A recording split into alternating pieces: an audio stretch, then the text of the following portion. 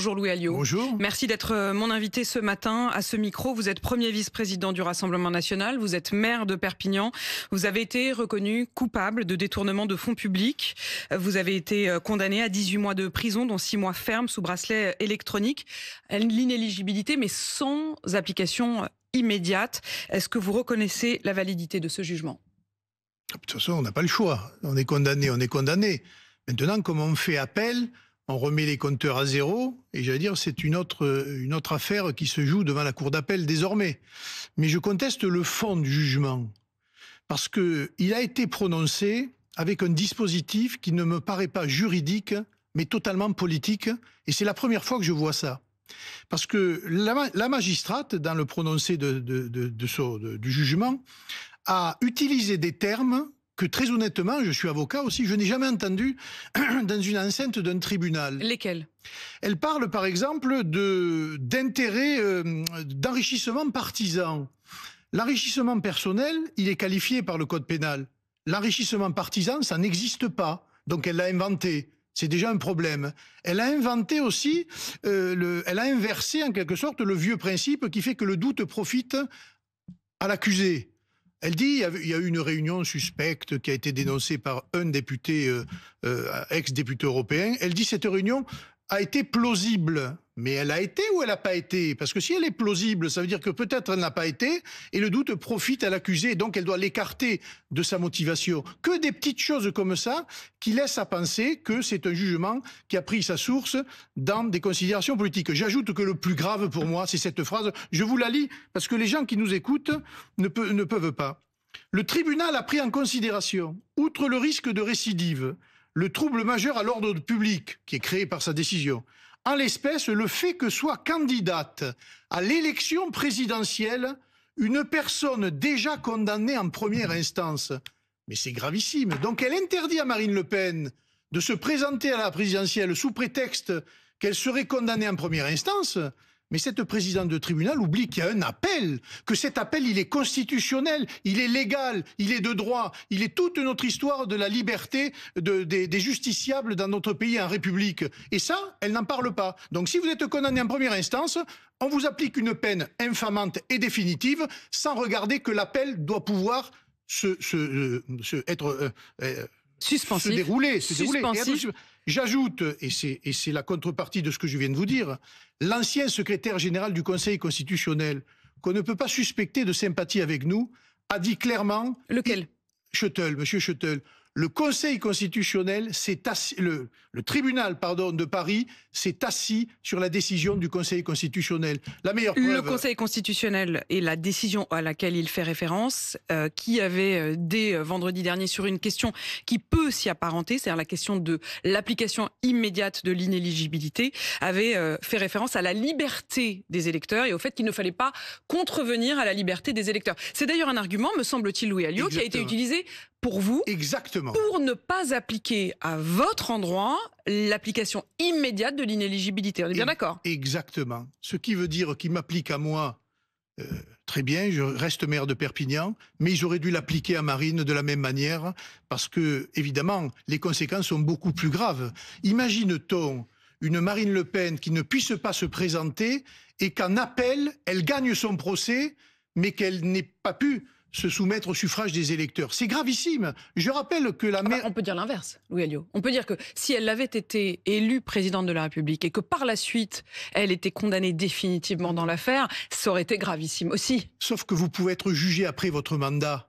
Vous ne faites que reporter l'affaire. Là, c'est définitif. Vous ne pouvez pas vous présenter à une élection, c'est-à-dire au suffrage du peuple. Je rappelle que Madame Barège, maire de Montauban, est condamnée à inéligibilité avec exécution provisoire il y a quelques années, a gagné un appel, mais elle avait perdu son mandat de maire. Il y a des conséquences irréversibles. Et la juge n'en a tenu aucun compte. J'avoue qu'entre la motivation...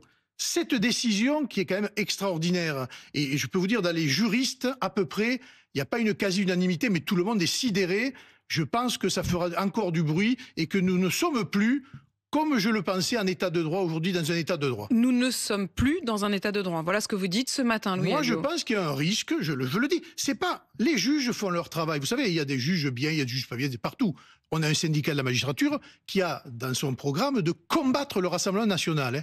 Attention, de combattre le Rassemblement national. Donc, il faut quand même s'inquiéter d'une partie de cette justice-là. Mais la justice, l'autorité judiciaire dans notre Constitution est un pouvoir. Comme le pouvoir exécutif, comme le pouvoir législatif. Il n'est pas en dessous des autres pouvoirs, mais il n'est pas en dessus des autres pouvoirs. Et moi, j'ai la phrase de Montesquieu qui résonne dans mon esprit. Il faut que le pouvoir arrête le pouvoir par la disposition des choses, parce que tout pouvoir qui a trop de pouvoir est porté à en abuser. Mais ça veut dire quoi, ça, voilà. Ça veut dire quoi? Ça veut dire que si vous arriviez au pouvoir, vous changeriez ces possibilités-là, vous changeriez cette loi? Je pense qu'il faut progresser dans l'état de droit et qu'il faut regarder de près la manière dont les procédures se passent. Louis Alliot. Voilà. Parce que je vais vous donner d'autres exemples. On est sévère avec les politiques, il n'y a pas de souci. Enfin, on est sévère avec les politiques, ça dépend. Marine Le Pen, hier, inéligible. Je rappelle, parce que tout le monde, j'ai vu M. Hollande, l'hypocrite M. Hollande, M. Cambadélis, ancien secrétaire général du Parti socialiste, député, ministre, etc., a été condamné l'année dernière pour avoir tapé dans la caisse de l'Assemblée nationale. Il s'est payé des voyages, il a même payé sa cotisation au Parti socialiste. Il a pris de l'inéligibilité, mais pas d'exécution provisoire, rien. M. Cambadélis, lui, il est blanc comme neige.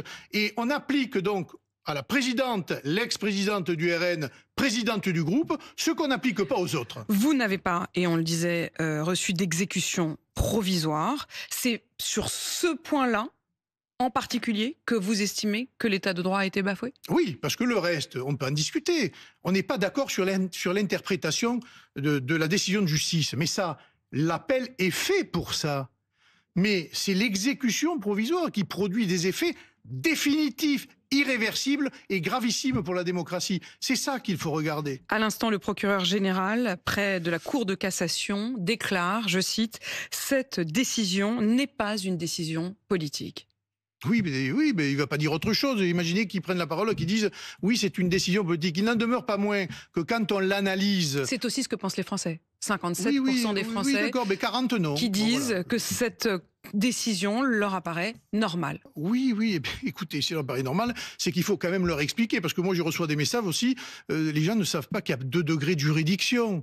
Alors que c'est le fondement de notre démocratie, pour le justiciable. Tout ça, il faut l'expliquer aux gens. C'est sûr que si vous leur dites Marine Le Pen est condamnée pour détournement de fonds publics, qu'est-ce que vous en pensez? Ils vont dire, ah ben oui, c'est pas bien. Sauf que le détournement de fonds publics, il est peut-être qualifié par la juge, mais tout le monde vous dira qu'il n'y a pas d'enrichissement personnel. On n'est pas dans le cas de M. Cambadélis. On ne parle pas d'enrichissement personnel, Louis Alliot. On parle de détournement. Ouais, enfin, on parle quand même de détournement de 4,5 millions d'euros. Non, mais ça, c'est le... C'est pas terrible quand même. Ça, c'est avec le parti politique, d'accord? Et on conteste cette vision des choses-là. Et d'ailleurs, dans encore ce jugement, ils mettent en cause... Ce que dit la présidente du tribunal hier, c'est précisément que n'ayant pas conscience de la gravité des faits ou n'ayant pas reconnu la gravité des faits, c'est là-dessus qu'elle s'appuie pour dire qu'il y a un risque de récidive. Mais c'est le système de défense qu'elle critique. C'est le boulot de l'avocat. C'est les stratégies des avocats. L'avocat, il est fait pour défendre son client et il met en place des stratégies, y compris de contestation de ce que pense la magistrate. Et on pense l'inverse. Et on apporte des éléments de défense, on apporte des éléments de droit, des éléments de jurisprudence, de toutes les cours qui existent, y compris de la Cour européenne. Et pourtant, elle n'a donné crédit à aucun de nos moyens de défense. C'est jamais ou tout blanc ou tout noir. Il y a des zones aussi de gris, mais manifestement, elle n'en a pas tenu compte. Il pourrait y avoir un procès en appel plus tôt. D'ailleurs, le procureur général près de la Cour de cassation dit à l'instant que c'est tout à fait envisageable en 2026. Vous continuez à demander, comme Marine Le Pen, à ce que la justice se presse et à ce qu'il puisse, dans ce cas-là, y avoir un procès en appel avant l'élection présidentielle.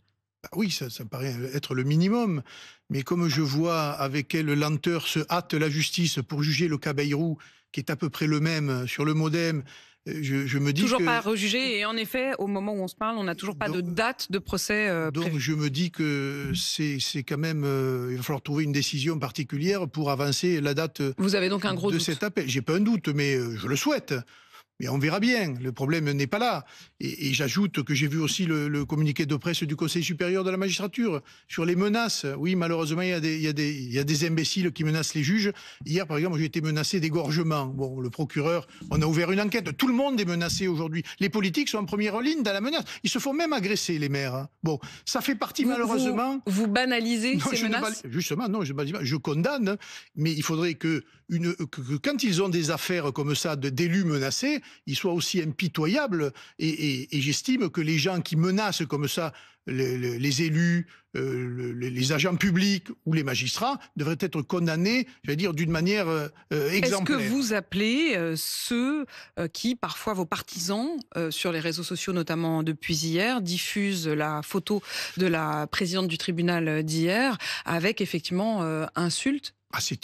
Vous leur demandez de calmer le jeu, vous leur demandez de... C'est même pas de calmer, c'est inadmissible. Et s'ils font partie du RN, il faudra les sortir du RN, parce que ça, pour le coup, de mettre la photo, c'est absolument inadmissible. Voilà, ça c'est quelque chose de condamnable pour le coup.